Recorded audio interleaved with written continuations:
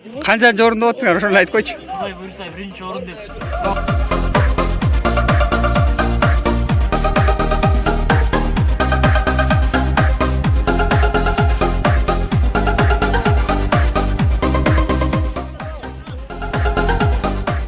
Азыр могу Бактан айылына 30 жашка чейинки өтмө клубунун 2-жылкы балдар уюштуруп атат. Спорт менен руханий дүйнөнүн дагы азыгын биргеликте алып жүргөн жаштар. Бакан айылын үлгү алып жаштар менен жактап. Ниндерге сау! Эки мүрлөрдө дос ниеттерге салам! Мен сенин майрамыңа бөлөнгөнмүн. Ошол бардык катышуучуларга ийгилик каалайм. Senin kulunun Kırgızistan.